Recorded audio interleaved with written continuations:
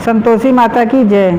मित्रों, आज हम शुक्रवार संतोषी माता की व्रत कथा लेके आए हैं। अगर आप व्रत करते हैं तो अति उत्तम, नहीं करते हैं तो भी कथा सुनने का ही फल बहुत अधिक बताया गया है, तो भी आप जरूर सुनिएगा।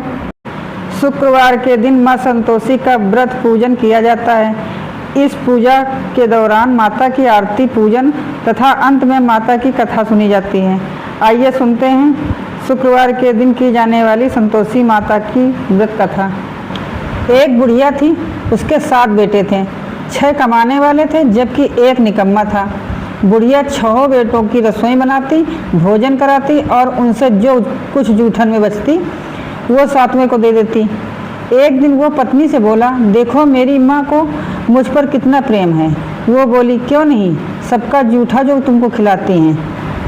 वो बोला, ऐसा नहीं हो सकता है, मैं जब तक आँखों से न देख लूँ मान नहीं सकता। बहू हंसकर बोली, देख लोगे तब तो मानोगे।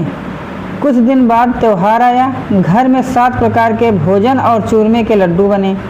वो जांचने को सिर दुखने का बहाना कर पतला वस्त्र सिर पर ओढ़े रसोई घर में ही सो गया। वो कपड़े में से सब देखता रहा। 6 भाई भोजन करने आए। उसने देखा माँ ने उनके लिए सुंदर आसन बिछा, नाना प्रकार की रसोई परोसी और आग्रह करके उन्हें जिमाया।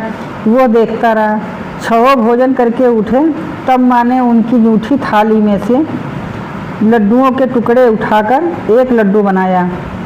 जूठन साफ कर बुढ़िया माँ ने उसे पुकारा, बेटा 6 भाई भोजन कर गए, अब तू ही बाकी है, उठ तू भी कर ले। वो कहने लगा, माँ मुझे भोजन नहीं करना, मैं अब परदेश जा रहा हूँ।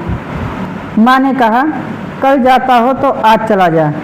वो बोला, हाँ आज ही जा रहा हूँ। यह कहकर वो घर से निकल गया।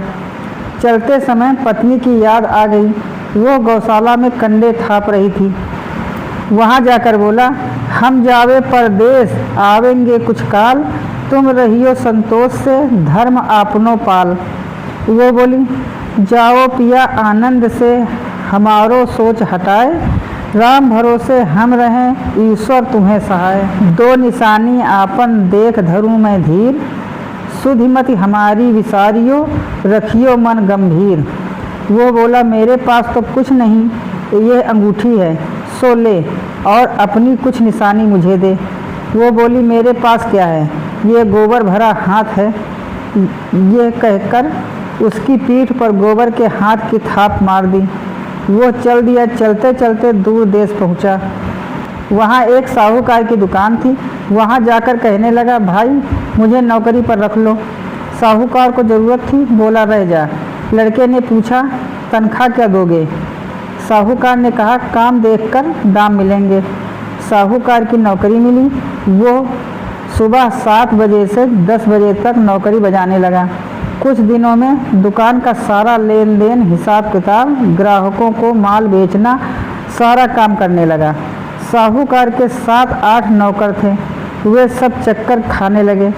यह तो बहुत होशियार बन गया। सेठ ने भी काम देखा और 3 महीने में ही उसे आधे मुनाफे का हिस्सेदार बना लिया। वो कुछ वर्ष में ही नामी सेठ बन गया और मालिक सारा कारोबार उस पर छोड़कर चला गया। इधर उसकी पत्नी को सास ससुर दुख देने लगे। सारी गृहस्थी का काम करा के उसे लकड़ी लेने के लिए जंगल भेजते। इस बीच घर के आटे से जो भूसी निकलती उसकी रोटी बनाकर रख दी जाती और फूटे नारियल की खोपड़े में पानी रख दिया जाता। एक दिन वो लकड़ी लेने जा रही थी। रास्ते में बहुत सी स्त्रियां संतोषी माता का व्रत करती दिखाई दी।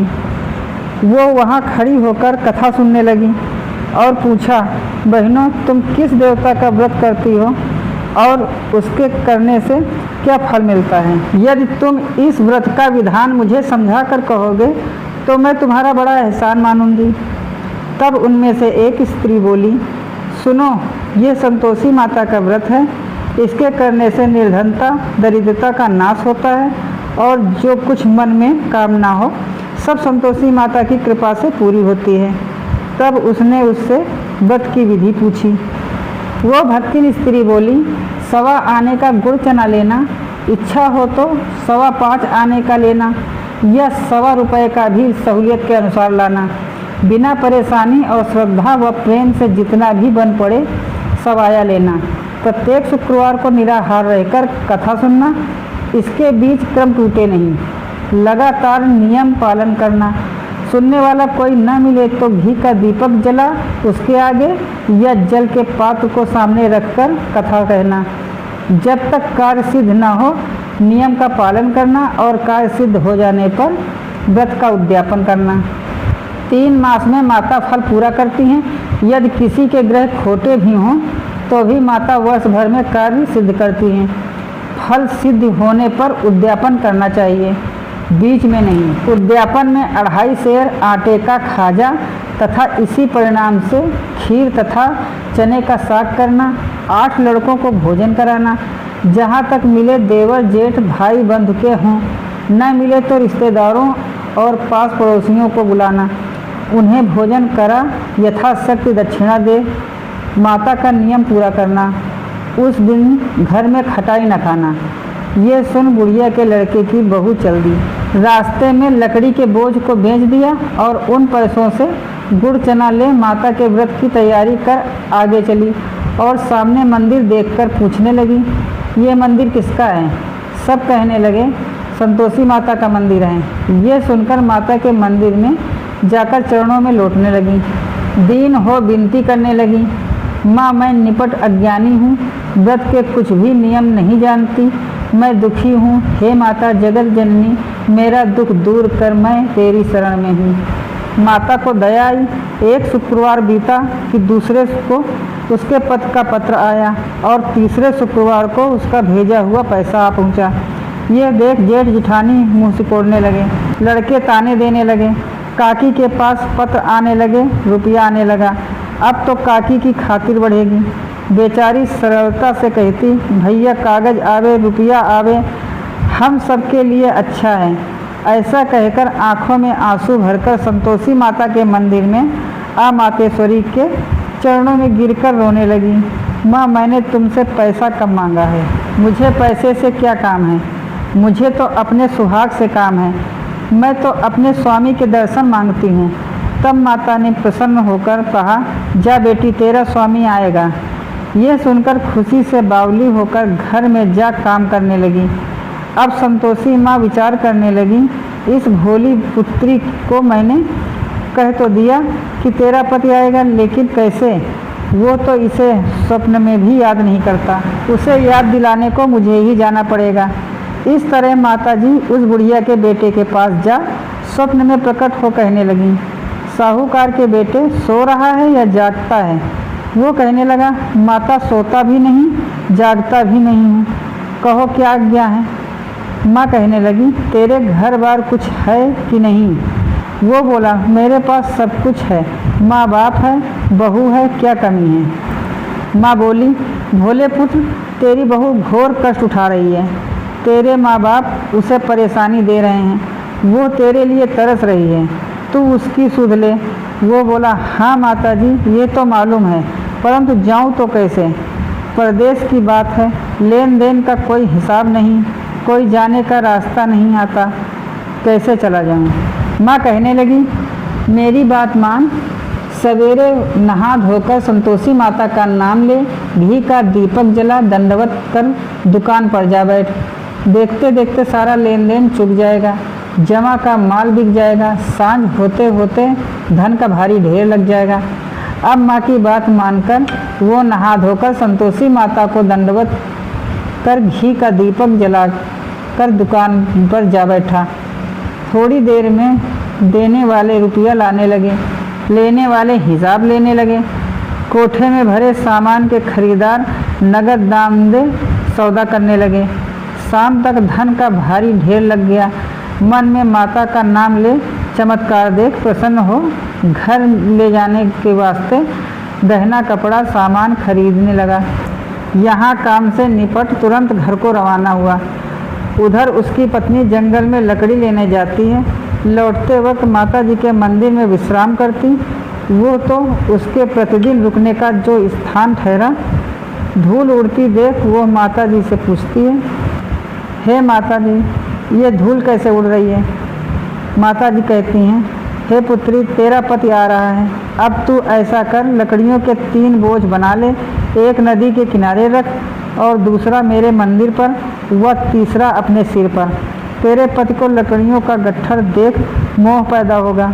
वो यहाँ रुकेगा, नाश्ता पानी खाकर माँ से मिलने जाएगा।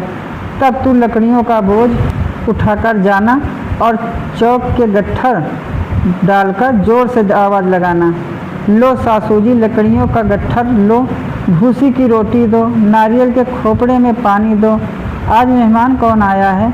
माता जी से बहुत अच्छा कहकर वो प्रसन्न मन से लकड़ियों के 3 गट्ठर बनाई, एक नदी के किनारे पर और एक माता जी के मंदिर पर रखा। इतने में मुसाफिर आ पहुंचा। सूखी लकड़ी देख उसकी इच्छा उत्पन्न हुई कि हम यहीं पर विश्राम करें और भोजन बनाकर खा पीकर गांव जाएं। इसी तरह रुककर भोजन बना, विश्राम करके गांव को गया। सबसे प्रेम से मिला। उसी समय सिर पर लकड़ी का गट्ठर लिए वह उतावली सी आती है, लकड़ियों का भारी बोझ आंगन में डालकर जोर से 3 आवाज़ देती है, लो सासू जी लकड़ियों का गट्ठर लो, भूसी की रोटी दो, आज मेहमान कौन आया है। यह सुनकर उसकी सास बाहर आकर अपने दिए हुए कष्टों को भुलाने हेतु कहती है, बहू ऐसा क्यों कहती है, तेरा मालिक ही तो आया है। आ बैठ, मीठा भात खा, भोजन कर, कपड़े गहने पहन। उसकी आवाज़ सुन उसका पति बाहर आता है, अंगूठी देख व्याकुल हो जाता है। माँ से पूछता है, माँ ये कौन है। माँ बोली, बेटा ये तेरी बहू है, जब से तू गया है तब से सारे गांव में भटकती फिरती है, घर का काम काज कुछ करती नहीं, 4 पहर आकर खा जाती है। वो बोला, ठीक है माँ, मैंने इसे भी देखा और तुम्हें भी, अब दूसरे घर की ताली दो, उसमें रहूँगा। माँ बोली, ठीक है, जैसी तेरी मर्जी। तब वह दूसरे मकान की तीसरी मंजिल का कमरा खोल सारा सामान जमाया। एक दिन में राजा के महल जैसा ठाट बाट बन गया। अब क्या था, बहुत सुख भोगने लगी। इतने में शुक्रवार आया। उसने पति से कहा, मुझे संतोषी माता के व्रत का उद्यापन करना है। पति बोला, खुशी से कर लो। यह उद्यापन की तैयारी करने लगी। जिठानी के लड़कों को भोजन के लिए कहने गई। उन्होंने मंजूर किया, परंतु पीछे से जिठानी ने अपने बच्चों को सिखाया, देखो भोजन के समय खटाई मांगना, जिससे उसका उद्यापन पूरा ना हो। लड़के जीमने आए, खीर खाना पेट भर खाया, परंतु बाद में खाते ही कहने लगे, हमें खटाई दो, खीर खाना हमको नहीं भाता, देखकर अरुच होती है। वो कहने लगी, भाई खटाई किसी को नहीं दी जाएगी, ये तो संतोषी माता का प्रसाद है। लड़के उठ खड़े हुए, बोले, पैसा लाओ। भोली बहू कुछ जानती नहीं थी, उन्हें पैसे दे दिए। लड़के उसी समय हट करके इमली खटाई ले खाने लगे। ये देखकर बहू पर माताजी ने कोप किया। राजा के दूत उसके पति को पकड़कर ले गए। जेठ जिठानी मनमाने वचन कहने लगी, लूट लूट कर धन इकट्ठा कर लाया है, अब सब मालूम पड़ जाएगा जब जेल की मार खाएगा। बहू से यह सहन नहीं हुआ। रोती हुई माता जी के मंदिर गई, कहने लगी, हे माता तुमने क्या किया। हंसाकर अब भक्तों को रुलाने लगी। माता बोली, बेटी तूने उद्यापन करके मेरा व्रत भंग किया है। वो कहने लगी, माता मैंने कुछ अपराध किया है, मैंने तो भूल से लड़कों को पैसे दे दिए थे, मुझे क्षमा करो, मैं फिर तुम्हारा उद्यापन करूंगी। माँ बोली, अब भूल मत करना। वो कहती है, अब भूल नहीं होगी, अब बतलाओ वे कैसे आवेंगे। माँ बोली, जा पुत्री, तेरा पति तुझे रास्ते में आता मिलेगा। वो निकली, राह में पति आता मिला। वो पूछी, कहाँ गए थे। वो कहने लगा, इतना धन जो कमाया था उसका टैक्स राजा ने मांगा था, वो भरने गया था। वो प्रसन्न हो बोली, भला हुआ, अब घर को चलो। कुछ दिन बाद फिर शुक्रवार आया। वो बोली, मुझे फिर माता का उद्यापन करना है। पति ने कहा, करो। बहू फिर जेठ के लड़कों को भोजन के लिए कहने गई। जेठानी ने 1-2 बातें सुनाई और सब लड़कों को सिखाने लगी, तुम सब लोग पहले ही खटाई मांगना। लड़के भोजन से पहले कहने लगे, हमें खीर नहीं खानी, हमारा जी बिगड़ता है। कुछ खटाई खाने को दो। वह बोली, खटाई किसी को नहीं मिलेगी, आना हो तो आओ। वो ब्राह्मण के लड़के लाकर भोजन कराने लगी। यथाशक्ति दक्षिणा की जगह एक एक फल उन्हें दिया। संतोषी माता प्रसन्न हुई। माता की कृपा होते ही 9वें मास में उसके चंद्रमा के समान पुत्र प्राप्त हुआ। पुत्र को पाकर प्रतिदिन माता जी के मंदिर को जाने लगी। माता ने सोचा, ये रोज आती है, आज क्यों ना इसके घर चलूं। ये विचार कर माता ने भयानक रूप बनाया। गुड़ चने से सना मुख, ऊपर सूंड के समान होंठ, उस पर मक्खियाँ भिन्न भिन्न कर रही थीं। देहली पर पैर रखते ही उसकी सास चिल्लाई, देखो रे, कोई चुड़ैल डाकनी चली आ रही है, लड़कों इसे भगाओ नहीं तो किसी को खा जाएगी। लड़के भागने लगे, चिल्लाकर खिड़की बंद करने लगे। बहू रोशनदान में से देख रही थी। प्रसन्नता से पगली बन चिल्लाने लगी, आज मेरी माता जी मेरे घर आई हैं। वो बच्चे को दूध पीने से हटाती है। इतने में सास का क्रोध फट पड़ा। वो बोली, क्या उतावली हुई है, बच्चे को पटक दिया। इतने में माँ के प्रताप से लड़के ही लड़के नजर आने लगे।